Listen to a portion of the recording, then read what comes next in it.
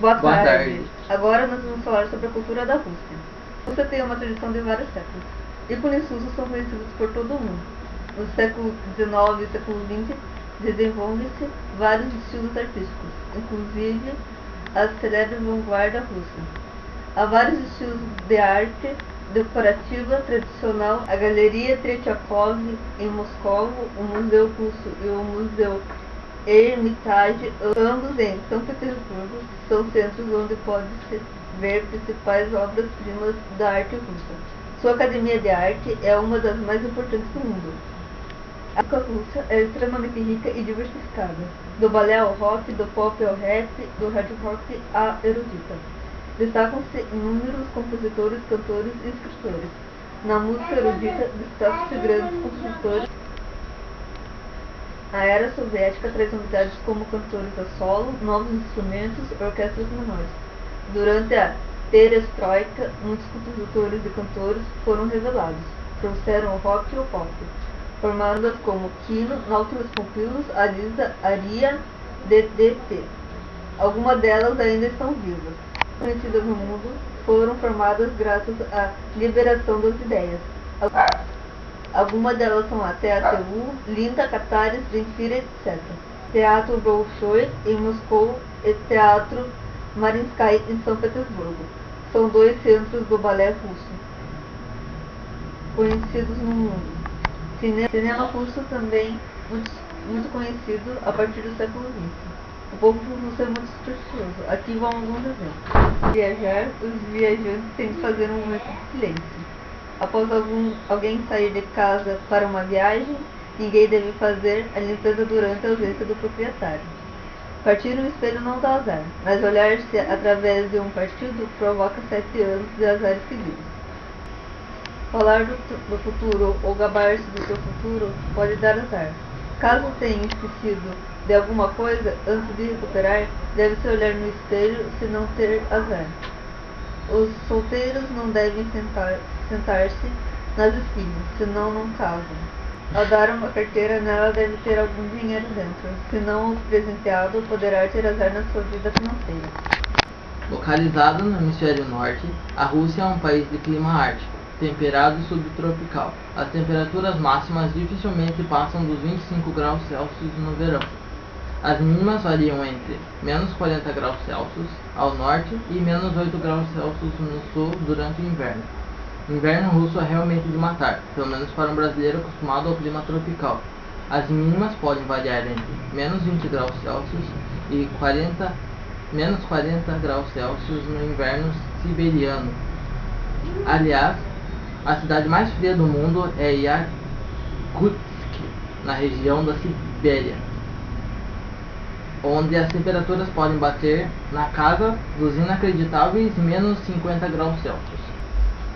A maior parte da população da Federação Russa é formada pela etnia eslava russa, cerca de 80% da população, mas há minorias expressivas como os tártaros, ucranianos e basquírios. A religião predominante é o cristianismo ortodoxo. Tudo bem que os russos representam 80% da população e que a língua russa é a mais falada. Na verdade, porém, existem mais de 160 grupos étnicos de alemães protestantes e a chechenos muçulmanos no país. As cidades mais populosas da Rússia são, pela ordem, Moscou, São Petersburgo, Novosibirsk, Ekaterinburgo, Novgorod e Samara. Você sabia que a maior floresta do mundo não é a amazônica, mas a taiga russa, formada por coníferas, pinheiros? A taiga ocupa boa parte do território da Rússia, cerca de 43%, Escandinava, Alasca e Canadá. Localizada ao norte da taiga, próximo ao Círculo Polar Ártico, a tundra suporta temperaturas extremamente frias. Por falar nisso, você sabia que o inverno na região de tundra duram de 8 a 9 meses? A maior parte dos russos é formada por teístas, mas os ateus representam 48% total da população. As missas nas igrejas ortodoxas são acompanhadas de pé e as mulheres costumam usar véus nas igrejas. O Natal é comemorado pelos russos em 7 de janeiro. Os russos não usam o alfabeto latino, e sim o alfabeto cirílico. Disney Nature mancomunada com BBC e Discovery de Pobre apresenta Tubarão Voador, Rei Leão, Urso, Panda, Guaxinim, Faca, Avestruz, Querosene, Batata, o Passarinho Maluco, Elefoa, Baleia Assassina, Pato Suicida. Ai, morreu, bateu de peito no chão. Disney Art Day, elefante que nada com a tromba pra fora. Joy entre famílias. Onana Mazing Journey, elefante cego, baleia que tá abraçada. A gente vamos nos emocionar, do Brasil até a Antártica.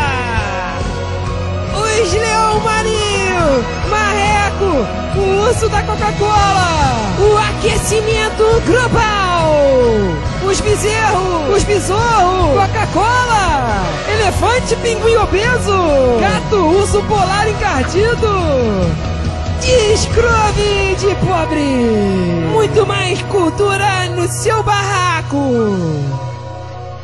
É arte. The World with Phenomenon arrives in Theatres Art Day, abril 22.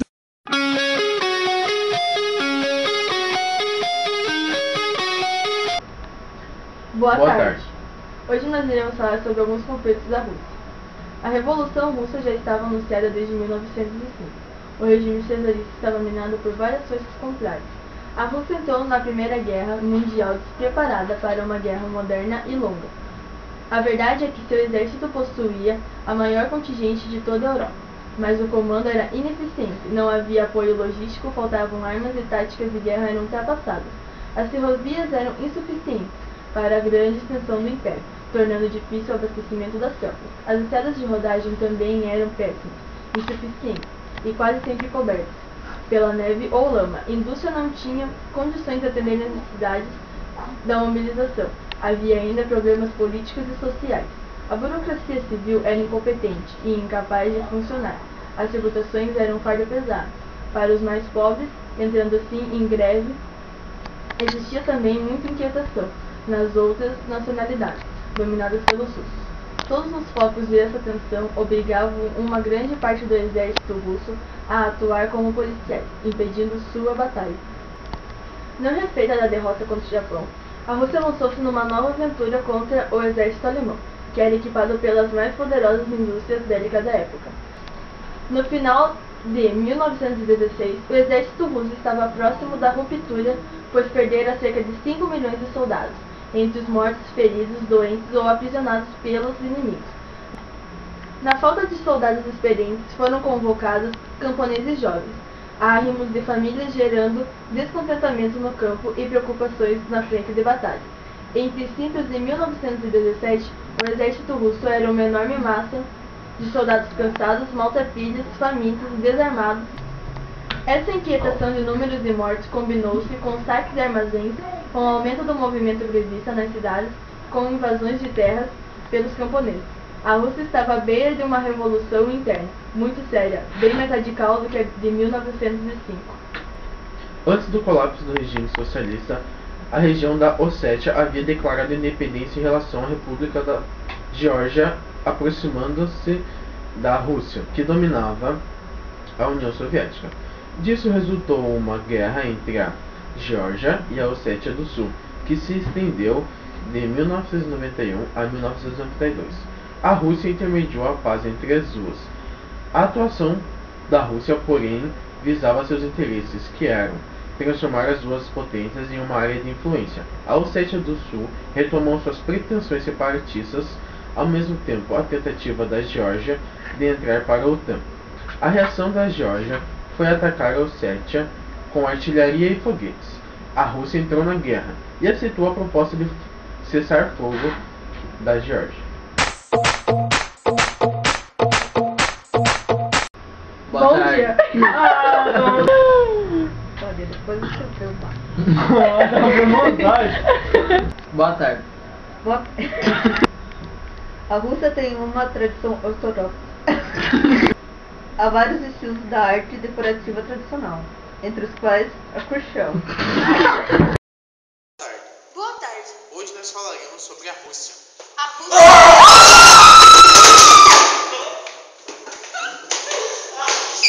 3 e... Boa tarde. Boa tarde. Hoje nós vamos falar sobre a Rússia.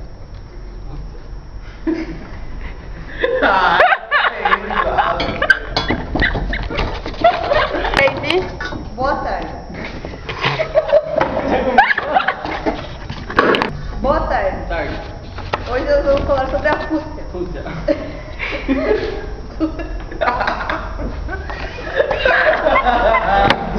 3.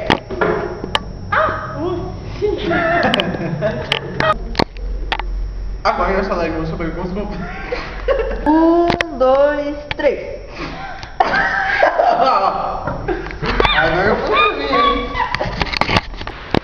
A Ossétia do Sul retomou suas protestos. Você tentou isso? Tira, pertinho. Separatismo. A revolução já estava anunciada desde 1905. Essa revolução já estava minada por várias forças contrárias. A Rússia entrou em desespero. Não! Desgraça. Ah, só. Eu dinheiro pra comprar aqui. Eu também tenho dinheiro. Que pariu. Nossa, que mãe.